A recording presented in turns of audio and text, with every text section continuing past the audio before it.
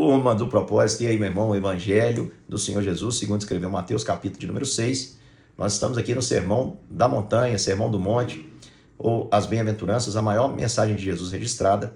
No capítulo 5, nós vimos, irmãos, capítulo extenso, cheio de ensinamentos, onde o Senhor Jesus, resumidamente, ele mostrou a identidade inversa do verdadeiro discípulo. Ele vive pela fé e não pelas circunstâncias, e é por isso que ele é bem-aventurado, ele é feliz além das circunstâncias, mas é necessário que ele assuma a sua identidade como sal e como luz, para que nós venhamos dar sabor a essa terra, não percamos o sabor, e venhamos iluminar para que os homens vejam as nossas boas obras e glorifiquem o nosso Pai que está nos céus. E ele traz a percepção, ele diz, olha, eu vim cumprir a lei, eu não vim revogá-la. Eu vim fazer isso para que vocês entendam que se a justiça de vocês não excederem muita dos fariseus, dos escribas e fariseus, vocês não entrarão no reino dos céus. Porque os escribas e fariseus, eles só viviam um aparente temor ao Senhor. Eles não viviam com profundidade. Porque eles achavam, por exemplo, que homicídio era só quem tira a vida. Jesus vem dizer, homicídio é aquele que odeia. Eles acham que adultério é aquele que tem relações sexuais ilícitas, fora de um regimento legal. Jesus vem dizer, todo aquele que olhou com intenção impura já adulterou.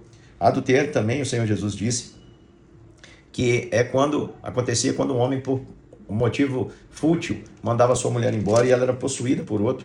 Havia esse esquema de cartas de repúdio por qualquer motivo. O homem se cansava da mulher e dava a ela carta de repúdio, o outro a tomava e assim isso se tornava um problema social. E Jesus diz, quem está fazendo isso está voltando atrás da sua palavra, não tem palavra, e vocês precisam tomar cuidado com a sua palavra, não precisam jurar, mas a palavra do cristão tem que ser sim, sim, não, não, e que passar disso vem do maligno.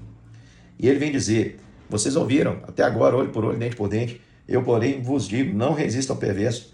Se alguém te dá um tapa, dá a outra face. Se te tomarem a túnica, dá a capa. Se te obrigarem a dar uma milha carregando as coisas, ande duas. Dê a quem te pede, não volte as costas a quem recebe. O Senhor Jesus o tempo todo está dizendo, sejam bons, como bom é o vosso Pai Celeste. Amem os seus inimigos. Façam bem a quem não pode retribuir. Sejam perfeitos, como perfeito é o vosso Pai Celeste. Alcancem essa maturidade. E no capítulo 6, Jesus vai trazer agora, irmãos, sobre as práticas devocionais, para mostrar a hipocrisia dos fariseus, dos religiosos daquela época. O Senhor Jesus vem trazer para nós como se deve fazer, como devem ser as nossas práticas devocionais, espirituais, as nossas boas obras. Ele vem dizer que a esmola, o que a mão esquerda faz, a mão direita não precisa saber. Não era para tocarmos trombetas, como assim faziam os fariseus. Ele diz, evitem praticar as obras da justiça diante dos outros para serem vistos, porque assim vos digo que não tem nenhuma recompensa junto ao Pai. Quando, pois, você der esmola, não fique tocando trombeta nas sinagogas, como fazem os hipócritas, pessoas que ajudam e querem divulgar. Hoje isso acontece muito na internet, né? Muitas pessoas estão usando isso não para fazer o bem, mas estão fazendo para se promover.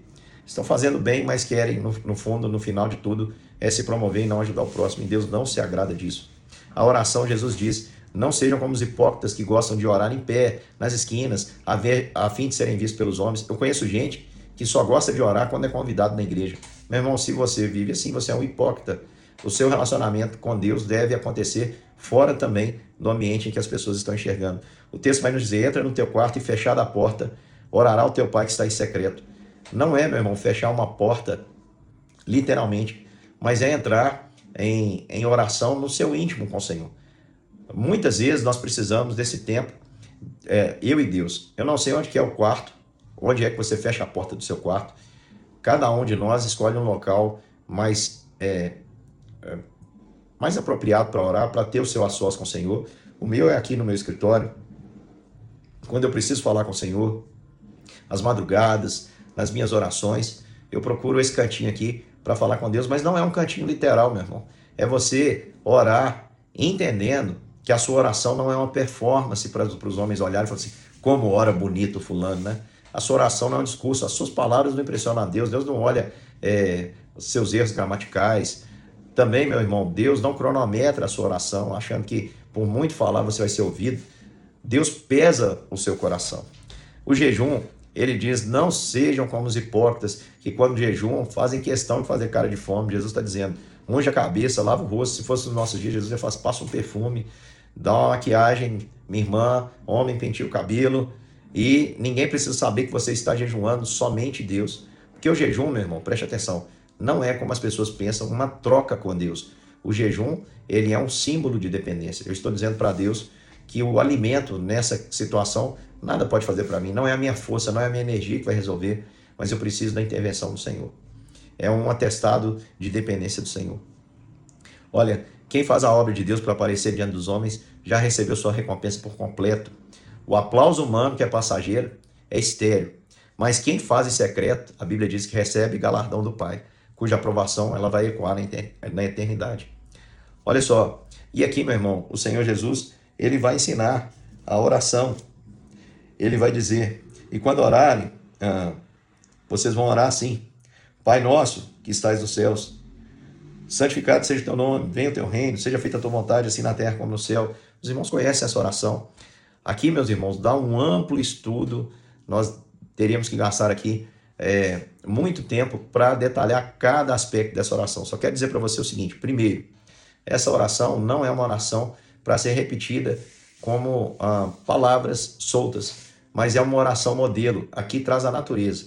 Eu preciso orar ao meu Pai, é meu Pai que está nos céus. Eu tenho que entender que eu fui adotado por Deus. É meu Pai, mas onde ele está? Nos céus, porque ele é Deus. Eu sou filho de Deus. É a minha identidade. Pai nosso, não é só meu, é do meu irmão, que está nos céus. Santificado seja o teu nome. Fica parecendo que eu estou pedindo para o nome dele ser mais santo. Não é isso. O nome de Deus já é santo em plenitude. Você está pedindo para que o nome que ele te deu, te prestou como você sendo filho, não seja envergonhado na sua vida. Pai nosso que estás no céu, santificado seja o teu nome. Venha o teu reino. Você está pedindo a Deus para não vir os seus projetos em primeiro lugar, não os seus planos, não a sua rotina, mas você está pedindo que venha o reino dele, venha o seu reino, seja feita a tua vontade. Você está dizendo, não, Senhor, o meu querer, não seja a minha vontade a me dirigir nesse dia, na minha vida, mas seja feita a tua vontade, assim na terra como no céu. Você está pedindo para que a vontade de Deus na sua vida seja feita, na sua vida como é feita na dos anjos. Os anjos apenas cumprem o querer de Deus, você está pedindo que assim seja comigo. Seja feita a sua vontade aqui na terra como no céu. O pão nosso de cada dia nos dai hoje. Presta atenção, ele não pede mais do que o pão, o alimento necessário, o pão, não pede os pães, ele pede o pão de cada dia. O pão nosso de cada dia nos dá hoje. E apesar de ser o pão de cada dia, ele é nosso. Isso significa que ele não é só seu, ele é também do seu irmão, quando ele precisar. Então, se você tem dois e o seu irmão não tem nenhum, esse que está com você não é seu, é dele. Porque o pão é nosso, assim como o Pai é nosso. E o perdão é nosso. E nós oramos da seguinte maneira, de forma condicional: perdoa as nossas dívidas, assim como nós perdoamos os nossos devedores. Nós estamos pedindo, Deus, nos perdoa assim como nós temos perdoado. E não nos deixe cair em tentação, porque potencial para cair nós temos demais, Senhor. Vontade de cair nós temos demais. Mas não nos deixe cair em tentação, mas livra-nos do mal. Porque do Senhor é tudo que está acontecendo. É o reino, é o poder e a glória para sempre. Eu estou dizendo, porque teu, Senhor, é a minha vida. Teu é o reino, eu sou só súdito. Teu é o poder para fazer. Então não me deixe tomar a dianteira, mas que eu seja obediente. E tu é a glória por usar alguém tão indigno como eu para sempre. Amém. E Jesus termina dizendo assim, porque se vocês não perdoarem os homens, presta atenção, se vocês não perdoarem os homens suas ofensas, tampouco o Pai perdoará vocês as suas ofensas. Você quer, meu irmão, realmente não ser perdoado por Deus? Então imagina que você é aquele que diz assim, não, isso eu não vou deixar passar. Tá bom, Deus está dizendo a mesma coisa para você, que a partir de agora ele vai te tratar com rigor e não vai deixar passar nada. Você está pronto? Então, meu irmão, cuidado, não deixe de perdoar, porque é muito perigoso. O Senhor Jesus, ele fala aqui, né, ainda, para não acumularmos tesouros no céu, tesouros onde as traças comem e os ladrões roubam.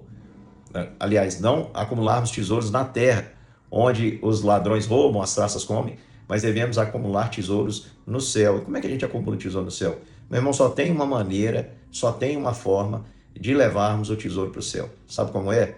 Pegar tudo que nós temos, meu irmão, toda a nossa vida, toda a nossa energia, todo o nosso potencial, tudo aquilo que Deus nos entregou, e oferecer ao Cordeiro. E como é que o Cordeiro recebe isso? No altar que ele escolheu. E o altar que o Senhor escolheu é o nosso próximo. Toda vez, meu irmão, que você pega o seu pão, alimenta o seu próximo, ele vai te acompanhar na eternidade. Aquela obra, aquela boa obra vai te acompanhar pela eternidade. Por quê? Porque você está investindo a sua vida naquilo que é o que vai te acompanhar na eternidade. As suas roupas não irão, os seus bens não irão, os seus títulos não irão, mas o seu próximo irá com você para a eternidade.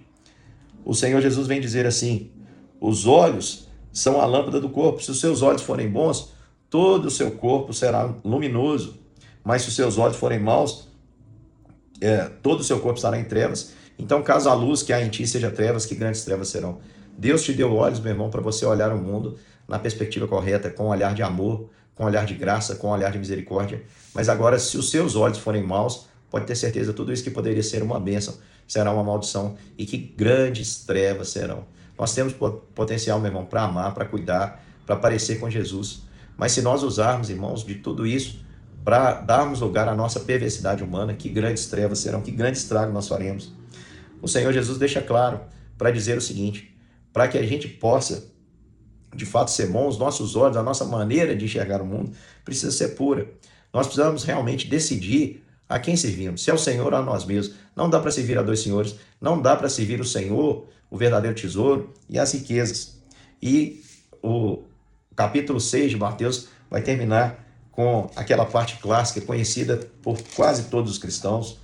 Ele diz: olha, não se preocupem, a ansiedade, né?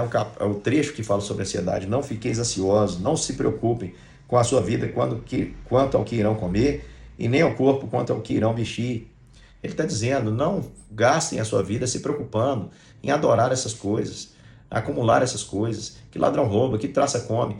Não se preocupem nem com o que comer, nem o que vestir, porque o Pai é nosso, o pão é nosso.